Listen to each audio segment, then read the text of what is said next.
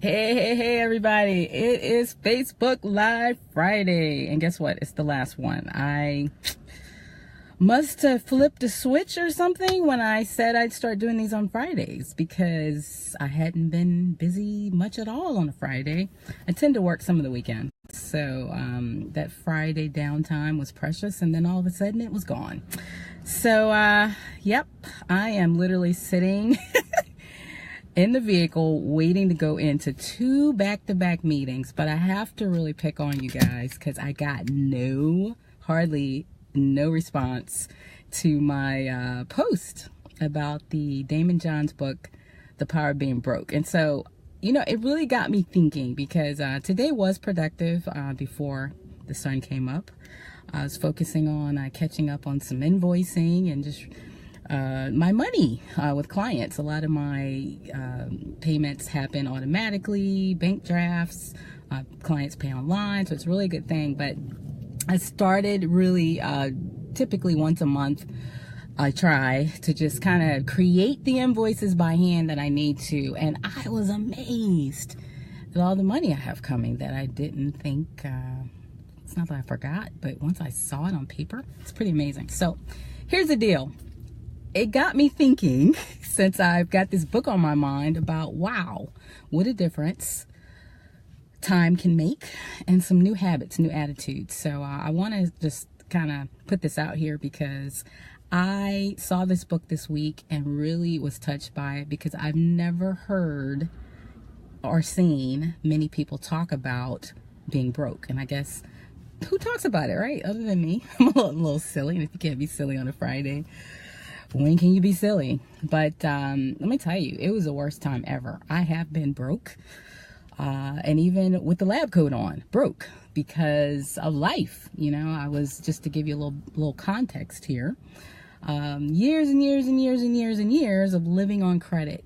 Everything was credit. I had credit cards, lines of credit cards that weren't even used, but I just, in my mind, that was my savings account. And so I never saved my money after years and years of working after college, but I always paid my bills on time, so I always had great credit. Got mortgages, I think 4 to 5 of them, based on credit score alone. They never checked the bank statement. Can you imagine that? They never asked for tax. They just pulled my credit and gave me a mortgage. Gone are the days. But the thing about it was I didn't value the money I was making, and you know what it was? A setup. I was, as I think about it, the balance transfer queen. And I know I'm the only one, I'm the only one out there because nobody out there is doing this where they're transferring debt balances from place to place because of the low promotion interest rate instead of paying them off. Just move it around and now you got another credit account, right? But it's crazy. I didn't have the discipline. So this everything changed when the rules changed, when the credit rules changed. And a lot of people knew about this or was affected by this, the recession, 2008, 2009-ish. I stepped out as money doctor for a few years at that point, and with that lifestyle I just described. And then everything changed. And it was amazing. It was amazingly frightening, okay? My whole identity was shaken to the core because in my mind, I was everything. I was nothing without my credit. And really what they did was, if you weren't using the credit, because I had just cards sitting in the drawer, they closed your credit lines. I don't know if anybody that happened to, but they closed my savings account, which is crazy because that was never my money. Credit is other people's money. And if you've looked at the Money Doctor website at all, we kind of lay this out for you. Our focus is your money first, other people's last, but you'll have no problem getting other people's money if you're making your own, saving your own, keeping track of your own, meaning you can document your money, you can give them reports, things like that, on paper. You're not giving it away in taxes if you're documenting it. Let's face it, you're keeping it so you can do what? Save more of it. And then you're investing, which is growing the money that's left over. You have no problem getting other people's money. But unfortunately, I didn't learn it that way. I learned it opposite. I learned credit first. Credit score, everything's your credit. And I still hear that message and it bugs me. So when I saw this book, I was like, oh, I'm so excited to introduce this to people, because here's reality. Thank God I had to start from scratch. I had to start with $20. That's all I had at some points. Cash, because everything was credit. And because I wasn't the only one going through this, my clients, same thing. So they were paying payroll and not paying my invoices. And then I really just had one client. I'd put all my income eggs in one basket. All right, this big, large, contract I had. And I was all kind of laying in the cut, being lazy. And literally, they stopped paying all of us. And some of y'all watching this video, we've been friends on Facebook for a while. So y'all remember that time, because it wasn't just me, but I had no savings. I had nothing saved. And it was the scariest time of my life. I remember it. And so I'm going to end this. I'm going to give a little bit more as I do more of these Facebook Lives. But let me tell you something. When you got to spend your own money, you make decisions very differently. I have done more with cash. Let me tell you, I saved 20 grand in 18 months after that. Because when I finally got that call to come pick up a check, look, that cash envelope video that everyone talks about, oh, I love your cash envelope. And I put $100 in the envelope and showed y'all how to do the receipts. And I still prescribe that, by the way, to clients, because it changed my life. I saved 20 grand in 18 months. Listen to this.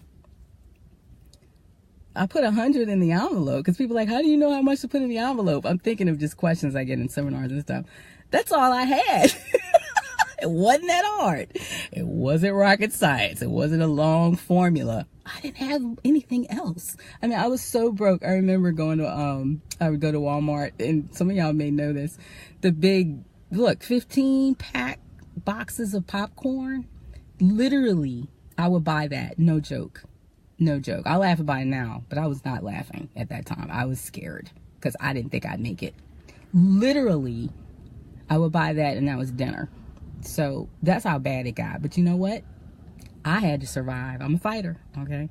I'm a fighter, and that's what this book, because I listened to some of the book. I listened to like a little excerpt. It's amazing, because he is tapping into when you gotta make it and you have no other options. You will find a way.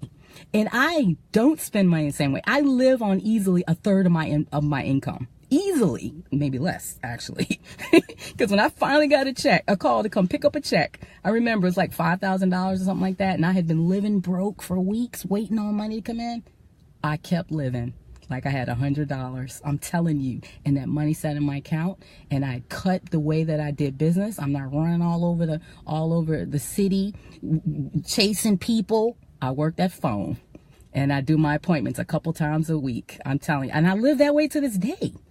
So let me tell you, please look at the post, check out the book, because, okay, one person gave me a like, and they say they want to be a part of this, and I'm going to do this with this one person, because I know, yes, it changed my life being broke and having to rebuild and value every dollar I make. Yes, it changed my life.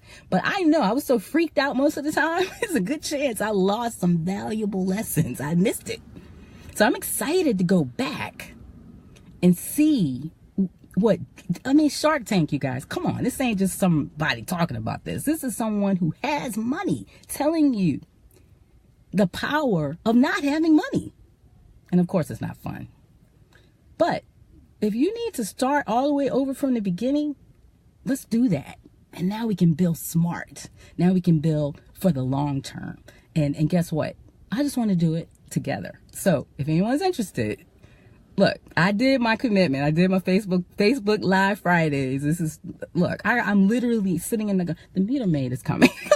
And I'm not trying to get no ticket. So I gotta get out of here. I gotta get in here. I got 2 meetings. I'm busy the rest of the day. I would love to log back on and see some kind of response to going through this book with me and really starting a movement of valuing our money. Okay, I would love to see that. But if not, have a great weekend. Bye.